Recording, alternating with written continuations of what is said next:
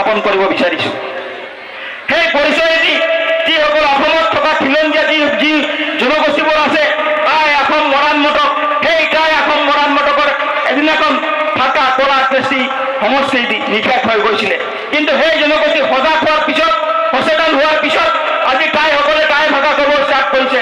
আজি টাই জনগোষ্ঠী কলা কৃষ্টি সংস্কৃতি আৰু উপস্থাপন কৰিব আৰম্ভ কৰিছে। আৰু চৰকাৰক টাই মৰাণ মটকসকলে সাংবিধানিক অধিকাৰ যেনেধৰণৰ অসম চৰকাৰৰ ওচৰত দাবী উত্থাপন কৰিছে, ভাৰত চৰকাৰৰ ওচৰত দাবী উত্থাপন কৰিছে।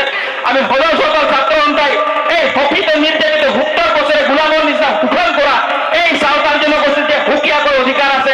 এই অধিকাৰৰ কথাখিনি আমি আজিৰ দিনত আপোনালোকৰ ওচৰত উপস্থাপন কৰিব বিচাৰিছোঁ।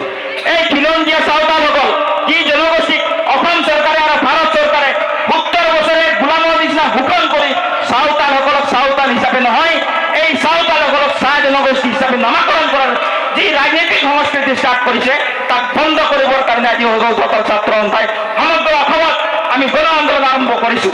আৰু অসম চৰকাৰক বুজাই দিব বিচাৰিছোঁ, যি জনগোষ্ঠীক আপুনি নিষেধ কৰিব বিচাৰিছে, যি জনগোষ্ঠী 70 বছৰে গোলামৰ নিচিনা ব্যৱহাৰ কৰি সেই জনগোষ্ঠীয়ে অসম চৰকাৰে বিভিন্ন আঁচনি বিভিন্ন জনগোষ্ঠীক প্ৰদান কৰাৰ সময়ত সেই জনগোষ্ঠীৰ বহু যুৱক যুৱতী আজি শৈক্ষিক দিশত আগবাঢ়িব নোৱাৰাৰ খাতিৰত, কৰ্মৰ খাতিৰত পাঞ্জাৱ, উৰিষ্যা, বিহাৰ, বেংগলত কাম কৰিবলৈ গৈছে।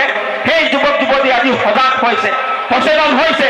আৰু সেই যুৱক যুৱতীসকলে আজি অসম চৰকাৰৰ ওচৰত আৰু অসমবাসীৰ ওচৰত এটা কথা উপস্থাপন কৰিব বিচাৰিছে। 70 বছৰে শোষিত হোৱা সেই জনগোষ্ঠীয়ে আজিও বনাঞ্চলৰ অধিকাৰ পোৱা নাই। সেই চাওতাল জনগোষ্ঠীসকলৰ অন্যান্য জনগোষ্ঠীৰ লগত ভূমিৰ সম্পূৰ্ণভাৱে অধিকাৰ আছে।